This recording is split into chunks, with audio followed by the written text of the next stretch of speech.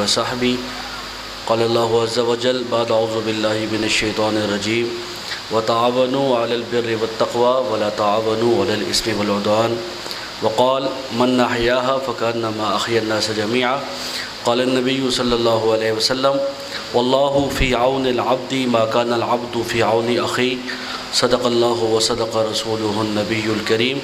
حمد و ستائش اس ذات ببرکت کے لیے جس نے اس کارخانہ عالم کو وجود بخشا، اور درود و سلام اس محسن اعظم پر جس نے دنیا میں حق کے بول کو بالا کیا۔ اپنے لیے تو ہر کوئی جیتا ہے اس جہان میں، ہے زندگی کا مقصد اوروں کے کام آنا۔ میں سب سے پہلے ہاجرہ حمزہ فاؤنڈیشن کے چیئرمین جنرل عابد مجید صاحب کا، ان کی پوری ٹیم کا شکریہ ادا کرتا ہوں کہ ایبٹ آباد جیسے شہر کے اندر تھیلیسیمیا سینٹر کا انہوں نے آغاز کیا، اور الحمدللہ آج 1 سال اس کو پورا ہو چکا ہے۔ اور میں جتنے بھی یہاں مہمان تشریف لائے ہیں، بالخصوص اپنے کمشنر ہزارہ جو ہماری ہر مسئلے میں، جو شہر کے امن و امان کے حوالے سے ہو یا تعمیر و ترقی کے حوالے سے ہو یا صحت کے حوالے سے ہو، ہمیشہ میرے کمشنر ہزارہ صاحب صف اول کا کردار ادا کر رہے ہیں۔ اللہ تعالیٰ، میں تو اکثر دعا گو رہتا ہوں کہ ایسے افسر پورے ملک میں رہیں تاکہ ملکی مسائل بھی بہتر سے بہتری کی طرف لے کے چلے جائیں۔ اور جتنے بھی یہ تھیلیسیمیا کے مریض یا جتنے بھی لوگ اس فاؤنڈیشن کے ساتھ تعاون کر رہے ہیں، میں ذاتی طور پر ان تمام دوستوں کو تہ دل سے شکریہ بھی ادا کرتا ہوں اور خراج تحسین بھی پیش کرتا ہوں۔ جس طرح جواد صاحب نے رپورٹ پیش کی ہے کہ 230 بچوں کو جو بلڈ بھی لگتا ہے، میڈیسن بھی دی جاتی ہیں، میں تو یہ دعا گو ہوں کہ بھئی جنرل صاحب کی اس کمپین میں جو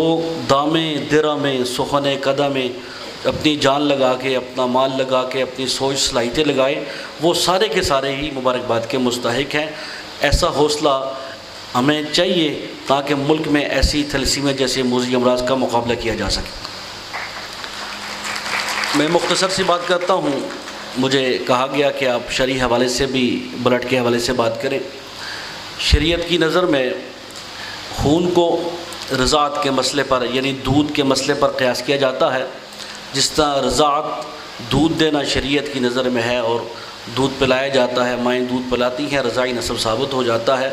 اسی کو بنیاد بنا کے ہمارے فقہاء نے لکھا ہے،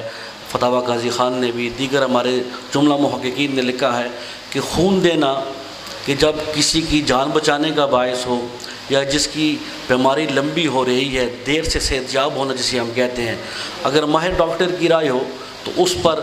آپ مریض کو اضطراری حالت میں خون دے سکتے ہیں۔ اور ویسے بھی کسی ایک کی جان بچانا یہ انسانیت کی جان بچانا ہے۔ اور جو لوگ تھیلیسیمیا کے حوالے سے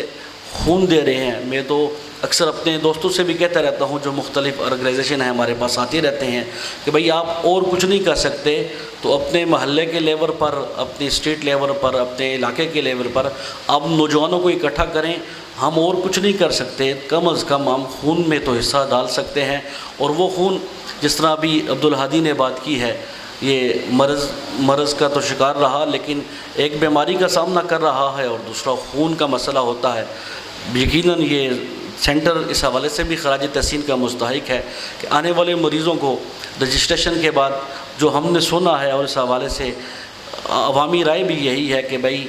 خون سے لے کر میڈیسن تک یہاں کسی مریض کو کوئی تکلیف نہیں دی جاتی۔ یقیناً یہ اچھی کاوش ہے، لیکن اتنی بات میں کہنا چاہتا ہوں کہ بھائی میں اور آپ اس دنیا میں رہ رہے ہیں، دنیا کے اندر اللہ رب العزت نے اس دنیا کے نظام کو اسباب سے چلا رکھا ہے۔ اللہ کا ایک قانون ہے جسے قانون قدرت کہتے ہیں۔ اللہ جب جیسا جہاں چاہیں کر سکتے ہیں، لیکن دنیا کے اندر اللہ نے ایک قانون رکھا ہے، اس دنیا کے نظام کو اللہ اسباب سے چلا۔ اس کے اندر بنیادی طور پر